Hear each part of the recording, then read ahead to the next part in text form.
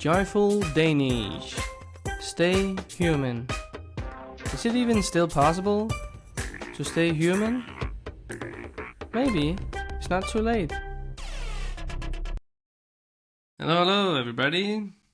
Welcome. I'm Daniel, therapist, and also just human, just like you.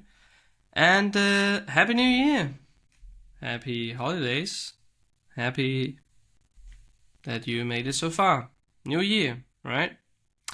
But it can also be a little bit, okay, another year, right? And did you maybe decide to make some new goals for yourself this year? For your health, your career, or just something that you really want to do? I have tried many times to try to make a fitness routine that worked for me. Took a while, I would say, but that's a classic thing, Oh yeah, I'll try to go to the gym for the 6th time in 6 years. And now we are in 25th of January, and how are you doing? Well, if you are, in most cases, at least many people, the motivation is probably already going a little bit down. So what are you going to do, right? And it's not easy. But that's kind of what we going to work and talk about, that topic. How, for example, when it comes to habits, I actually extend it so it can take much longer time to build up, so it doesn't fail so easily. And we're going to talk about also goals and New Year resolutions, how that can actually be taken in another approach, and actually give yourself a much longer time period to actually just practice and testing before you actually trying to maintain the habit and thereby try to keep it, right? Because often it fails, and I can see, at least in my own life, that it often has failed because of one key aspect, and that's a dosage effect. I end up putting too much, making the goal too big, making the order too large for me to eat. Yeah, you get the picture. You can maybe even relate to it. So that's some of the things we're going to talk about, and also much more, practically, how that can be done and how I have done it. So just to give you some ideas, and of course make it relatable. Because again, we see so many things, right, on social medias and whatnot. So, this is another way to try to, try to maintain this human version. At least I've tried to. I still use a filter, right, for background, because I don't like the background I have. So, yeah, we all have a way to go. Anyway, let's get into it, shall we? Thank you for joining. And, again, the different links and different stuff I'll talk about, it will be down in the description below. And please comment if you have, some ideas or want to share some of your New Year's resolution, or what your takeaways are going to be from this video. Yeah, could be nice. And again, you can of course also, if you have some questions or topics you would like me to discuss, you can also do that. Simply just write below, or to my email, joyfuldanish@gmail.com. And let's get right to it. But if you work in tech, New Year's isn't a holiday. It's a surprise production launch nobody tested. So no QA, no rollback plan, just vibes. You probably range in January with color-coded personal roadmap that looks suspiciously like a startup pitch. You got a fitness plan, right? You got a mental health plan, and you have a career plan. You have all this lined up, just what we just talked about, overloading the menu already from the start. And you suddenly wake up as a calmer, more disciplined version of yourself. And then it's January, maybe 25th, as it is today. Your motivation has vanished. Your planner is starting to look at you like, whoa, we're just not doing this, are we? And today we're trying to give some different approach, okay? How we can debug New Year's resolutions, less 5 years master plans, more what actually work for a tired human, demotivated human being. Welcome to the beta year approach.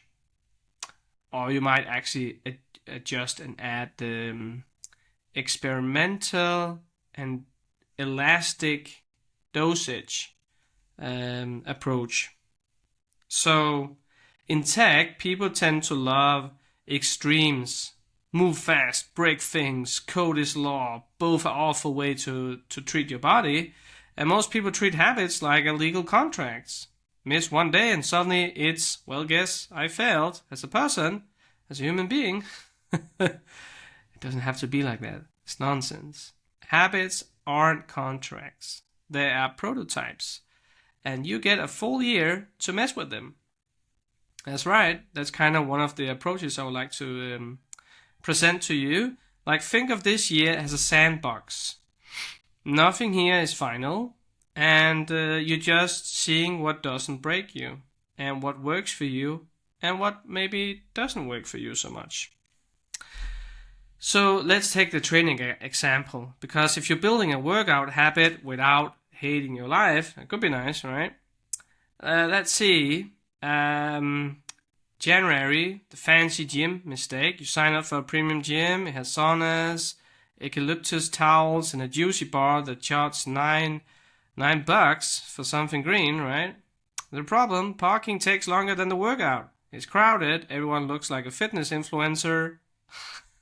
That's the other thing that's a little bit funny, right? You see all these people, and they're just taking the picture, but not actually training. They're just there for the pictures and the videos, and then they leave. So don't trust everything you see. Don't even trust me, you know? Test it yourself. Just take what you can see making sense for you and could work in your life. And throw everything else out, you know? Because we get so much information, right? So we have to be kind of selective in what we're getting in or taking in, you know, into our lives. Otherwise we get overwhelmed and then we don't do anything because we're already full. So, yeah, too much friction, and yeah, be aware when that happens to you, because then you already kind of gave up, you know, because, oh, yeah, okay. So, and then you can see, like, in February, like, again, this is just a short overview of, like, how could this year look like potentially, right? That you do sign up for that gym because you want to give it a go again this year. And in February, you are testing like a normal person. You try 2 weeks of 20 minutes YouTube workouts, then 2 weeks of morning runs. Result, you learn something important. Your needs are from 2012 and no longer supported. March, you realize the real issue. Left alone, you will absolutely cancel on yourself. You join a local paddle group. It's fun, mildly competitive, and someone will text, "Where are you?" if you don't show up. And, well, April, work explodes. You disappear from workout for 3 weeks. Old you, I failed. Burn it all down. So, as a evening workouts and peak work stress is unrealistic. So sometimes you have to adjust and have to take into account that if you actually have a lot on your plate in certain periods of time, it can happen to everyone, you know. It needs to have an inbuilt dosage effect. How, you may be asking? We get to that. And I'm also going to share my own example of how I actually been able to implement this, these elements it has been really interesting because I can see that I think I thought in the past that it was kind of a failure or a weakness if I dosage down. But often then, if I started with something, I end up just building up too quick, and the load got too heavy, and then I couldn't keep it up, of course. Because again, I also had these different periods in my life where suddenly there is too much and the energy is low, but the load is still high. Well, who's gonna break, you know? Just taking some water here. It's important. And in May, you start pretending every workout needs to be heroic. Some days are full sessions, some days are 10 squats between Zoom calls while your camera is off. And both counts. Your body doesn't know the difference. It just knows you moved. You moved your body. In June, your back starts complaining loudly, and you had a 5 minutes morning stretch. Not because it's exciting, but because pain is a powerful motivator. July, environmental reality. It's hot, everything is sticky, outdoor exercise feels illegal. You work out indoors, later at night, with a fan blasting like it's trying to take off. August, you stop tracking weight. You track attendance. How many days did it show up? In some way. Suddenly, you're winning. September, ruthless simplification. You drop the exercise you dread. You double down on the ones you don't hate. Fun fact, enjoyment is wildly underrated as a strategy. That's actually another key thing I'm going to cover, because I even have it in my book, actually, you know, Crypto People's Health Playbook, where I actually talk about pleasant motivation and unpleasant motivation. And I'm going to add that as well when I come to the example after we've gone through the last month of the year. So motivation and the habits and the dosage of these three elements built into my training habits that I actually quite happy about, that actually I've been working out, well, hold on, to February, 2 years straight. But more about that in just 1 minute, okay? Because fun is important. Because you know those influencers or David Goggins lookalikes or personas lookalike that just want to, you know, punish, and it has to be, you know, the unpleasant motivation. You just have to eat it up and just grind through. Yeah. I'm going to present another way, so don't worry. There is a balance. It doesn't have to be either or. So, October, stress proofing, big deadline, chaos everywhere. Your habit automatically shrinks instead of disappearing. Too short to walk, done. No guilt spiral. November, accidental identity shift. You are now the fitness person at work. Not because you're shredded, but because you are consistent. You even start a dumb office push-up challenge. People love dumb challenges. December, the honest retrospective. You didn't work out every day. You tested a dozen versions and found one that fits your actual life. That's not failure. That's competence. And it's also adaptations. And adoption is meaning actually to make it your own. Make it one of your own, as a part of your own personality. So, elastic dosage, pleasant motivational approach. Okay, here it comes. Okay, you ready? So, 14 minutes in. Now it comes. So, most of us order habits like we shopping online at 2 a.m.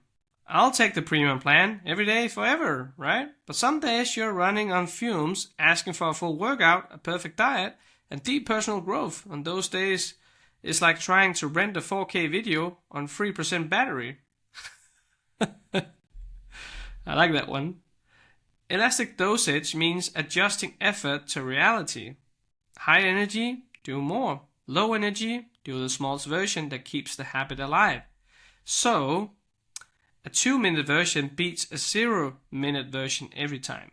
The goal is not intensity. The goal is continuity, but also to check in with yourself. Where are you today? So that's actually what I'm also using in my daily life, and using my training habits has a check-in to measure where is my energy level today.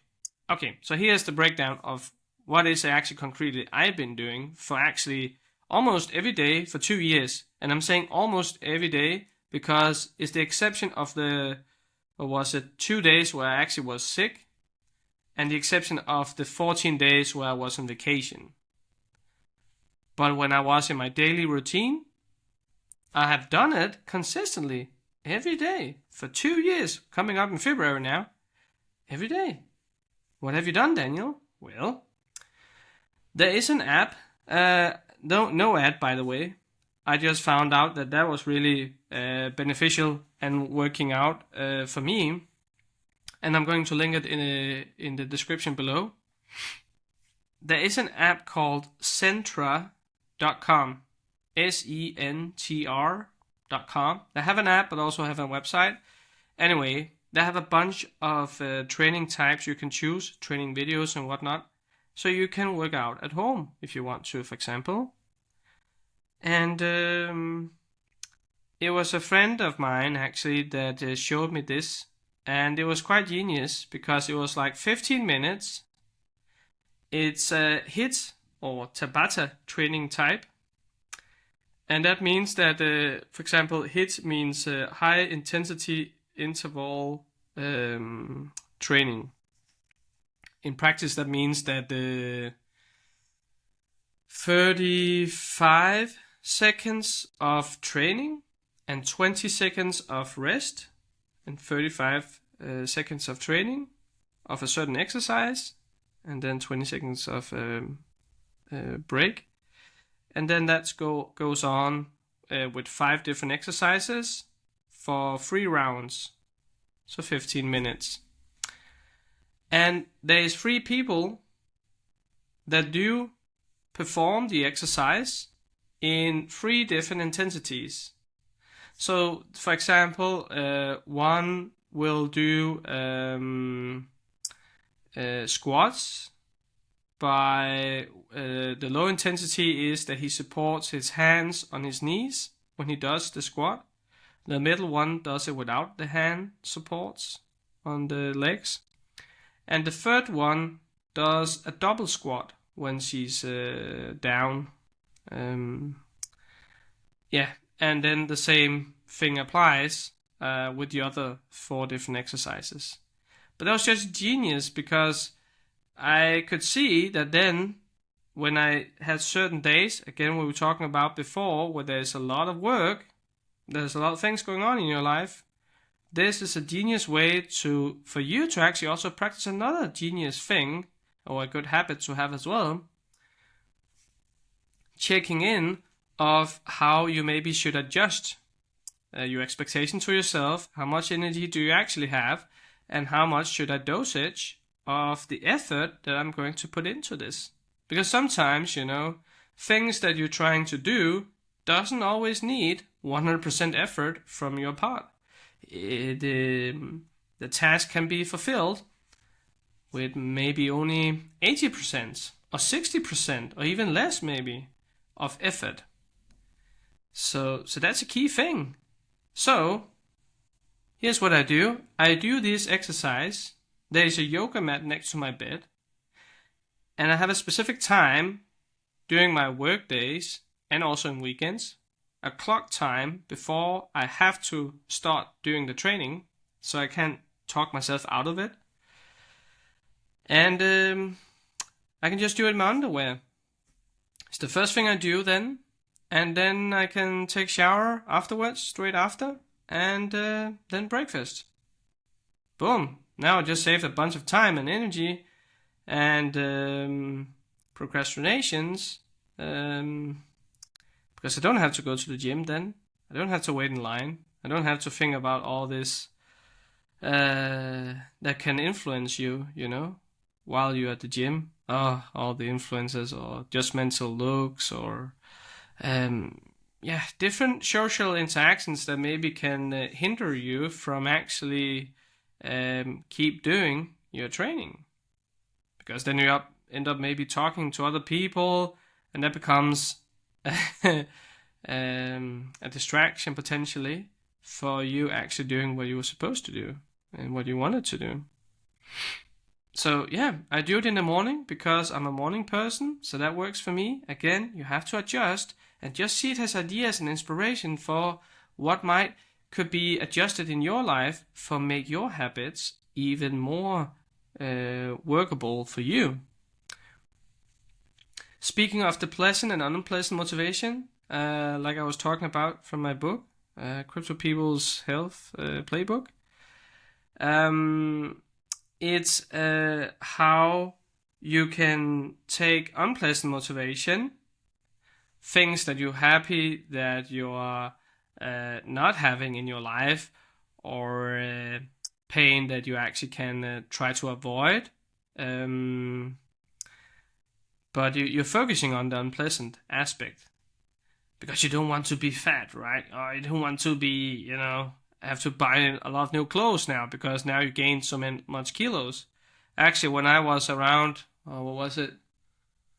It was when I hit around 30. Just need to do a stretch here. When I hit around 30, my metabolism changed a lot. And I've been hearing this a lot when I was around my late 20s. And then literally like a clockwork, boom, when I hit 30, within like, what was it, 3 or 4 months, I gained almost 10 kilos. It was shocking, and it was kind of scary, and it was unpleasant motivation because I was like, I don't have control of this, and if I don't do anything, this is going to go even more crazy, and I didn't want that. So it was a huge motivation. So I'm not denying the effect unpleasant motivation can have, but I'm saying why choose when you can have both. So pleasant motivation combined with that thing I was just saying, with pleasant motivation, that was in this case my favorite comedy podcast I'm listening to, some Danish comedy podcasts. I made this rule for myself that I could see that on the video on my phone, I could have the video play, and then I could just mute their voices, the video, mute the video, and have the podcast play in the background. So in that way, it became like audible candy for me that, okay, I can listen to this podcast, but only while I'm training. Not 1 second more of the episode of that podcast if I'm not training. And that was genius, actually, because then pretty quickly it rewired my brain to think that, okay, I'm going to train tomorrow. Oh, that's going to be nice. I wasn't thinking, it's going to be nice to train. I was like, yeah, okay. But it's going to be nice, so I can listen more to that podcast, So very quickly my brain started to associate training, which I previously associated with something negatively and has a loss and a failure, because I tried plenty of time to build up a fitness routine that worked, but failed. Now finally tried again. Still, I didn't have much hope that this was going to last more than 2 or 3 months, because the rest of the attempts didn't last usually that long either. So why should this one?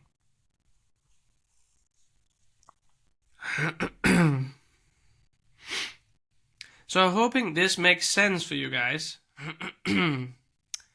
That combined positive, pleasant motivation, for example, podcast, music, stories,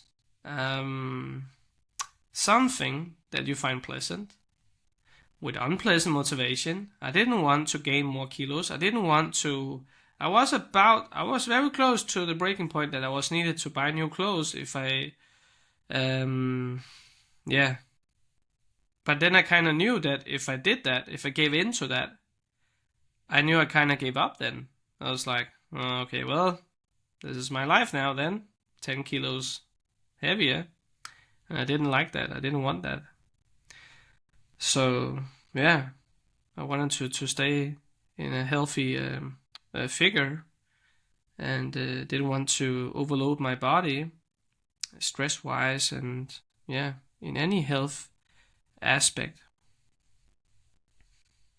So that's why I'm kind of proud to say that I'm actually kind of hyped about it, but also kind of surprised that I actually been doing this. Again, it's okay that it's not every day, and maybe you have some few exceptions. Okay, for example, when I go on vacation, okay, then you can relax, sure.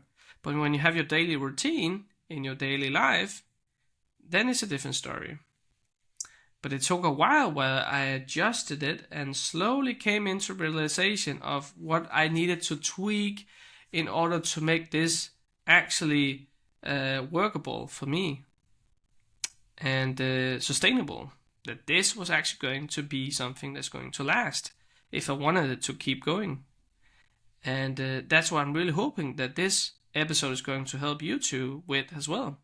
So you can see that with these different exercises, these 3 different people doing the same exercises, you will constantly every day then have the invitation to then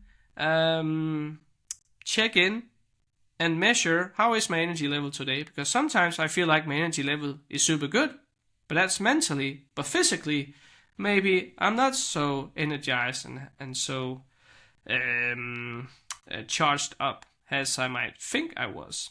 So when I actually didn't start the training in the morning, I can see, okay, that's where I am today physically. Okay, then I'll adjust and then only do a mix between the normal intensity and the low intensity. Again, because the main importance here is that I'm actually doing it. And I did it that day. You build up these different proof in the form of experiences and all these memories that you're having, that your brain is going to store. Your inner judge is going to be able to see that when you present the proof, look, maybe we can do this. Yeah, but you've been sitting on the couch for 3 months eating chips. How is that realistic? But I just think it could be interesting. Yeah, not very likely. So it's like almost like our mental judge, which is like a funny when you reverse the words, right? Judgmental. We are our own judge, literally. So you might as well think about this: that you're actually creating your own evidence for your inner judge. That when you present certain ideas and certain habits, changes, or adjustments, you can increase the likeliness of that being believable and actually win the case against yourself because you are the prosecutor and you are the victim and you are the judge, all 3 within. So it's kind of interesting when you look at it like that. But please write below if this makes any sense. And again, this is just what kind of worked out for me. This is hopefully just an inspiration for you guys. So again, I can dose it up and down. It's called Tabata HIIT training, as a Tabata or HIIT. It's like two names of the same thing. And the app was called Centra. And I think it's like Chris Hemsworth, the guy who plays Thor in Avengers. It's I think it's his company. Anyway, that's not important, but yeah. I hope that that could give you some inspiration or some ideas to what you maybe need to adjust. Another thing I actually needed to adjust because when it comes to this podcast, I could see that I started last year in the summer, and I've been doing it every second Sunday. But now I can see, again, like also with the training, I needed to check in and adjust. So it's not like I'm stopping the podcast. I would like to keep going, but it's only going to be once a month instead of twice per month. So I can free up some capacity for other projects I would like to do as well. For example, I really wanted to, there's several of the books that I've made. I still haven't published them, and I would like to. So, yeah, that will be some of the capacity will go to that, and then I'm also have some other ideas. Anyway, that's maybe for future episodes. I added as well some movie quotes that I tweaked a little bit. Has what can she say? Has a pointer to these different topics we just discussed. For example, I'm gonna make him an offer he can't refuse until you start with a low commitment that is just a free trial. So, let me see. Let's try that again. I'm gonna make him an offer he can't refuse, starting with a low commitment free trial. Yeah, that was a little bit better, right? Or this one. You can always try to guess where the movies are from. Do or do not. There is no try. On this you're learning. New something you are. It's not about how hard you can get hit.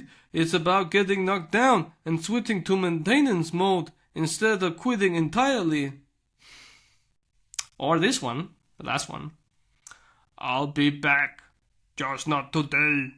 Today is a 5-minute version because my brain is overheating. Yeah, I tried.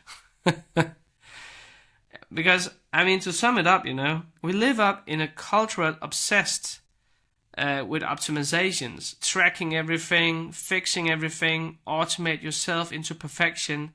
But humans aren't problems to solve. They are systems that needs rest. Don't tie your entire identity to one resolution. If your fitness habit pauses for a week, it doesn't mean you failed, it means you're tired. Your kindness, curiosity, and need for rest are still online. A missed day isn't a breakdown, it's a reboot.